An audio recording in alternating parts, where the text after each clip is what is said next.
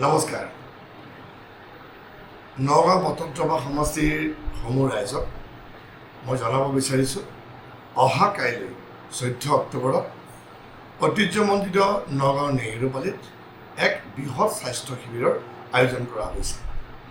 অসমৰ মাননীয় মুখ্যমন্ত্ৰী ডক্টৰ হিমন্ত বিশ্ব শৰ্মা ডাঙৰীয়াৰ সুপৰিকল্পনাৰে মাননীয় স্বাস্থ্যমন্ত্ৰী অশোক সিংঘল ডাঙৰীয়াৰ নেতৃত্বত স্বাস্থ্য বিভাগৰ দ্বাৰা এই শিবিৰৰ আয়োজন কৰা হৈছে, য'ত প্ৰতিটো বিভাগৰে বিশেষজ্ঞ ডাক্তৰসকল উপস্থিত থাকিব। প্ৰায় 50 বিধতকৈ বেছি ৰোগৰ যিসকল আক্ৰান্ত হৈ আছে তেওঁলোকৰ কাৰণে এই স্বাস্থ্য শিবিৰটো আয়োজন কৰা হৈছে। শূন্যৰ পৰা অৰ্থাৎ জন্ম হোৱাৰ পৰা 18 বছৰৰ ভিতৰত যিসকল শিশু বা কিশোৰ কিশোৰীসকল আছে তেওঁলোকৰ কাৰণে এই স্বাস্থ্য শিবিৰ আমি আয়োজন কৰিছোঁ। আপোনালোকক জনাব বিচাৰিছোঁ যে অহা কাইলৈ অৰ্থাৎ 14 অক্টোবৰ পুৱা 9 বজাৰ পৰা সন্ধিয়ালৈকে এই স্বাস্থ্য শিবিৰ খোলা থাকিব।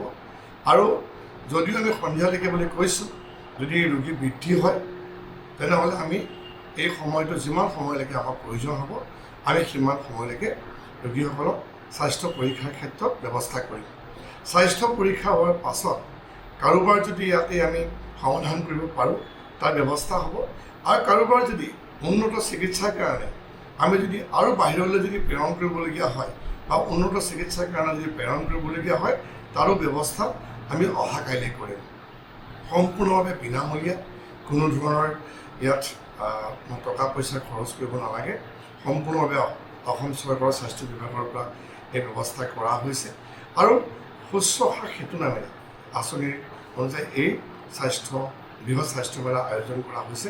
মই আপোনাক সকলোলৈকে মই অনুৰোধ জনাইছোঁ, যিসকলে বৰ্তমান কোনো অসুখত ভুগি আছে বা আমাৰ দেখুৱাব বিচাৰিছে 18 বছৰ তলৰ শিশু কিশোৰ কিশোৰী তেওঁলোকৰ অভিভাৱকসকলৰ লগতে উপস্থিত থাকিবলৈ মই অনুৰোধ জনাইছোঁ।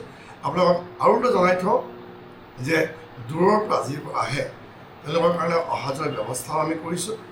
আশাকৰ্মী হওক বা পঞ্চায়তৰ প্ৰতিনিধিসকলৰ যোগাযোগ কৰিব, গতিকে অহা যোৱাৰ কাৰণে আপোনালোকৰ সুবিধা হয়। ধন্যবাদ।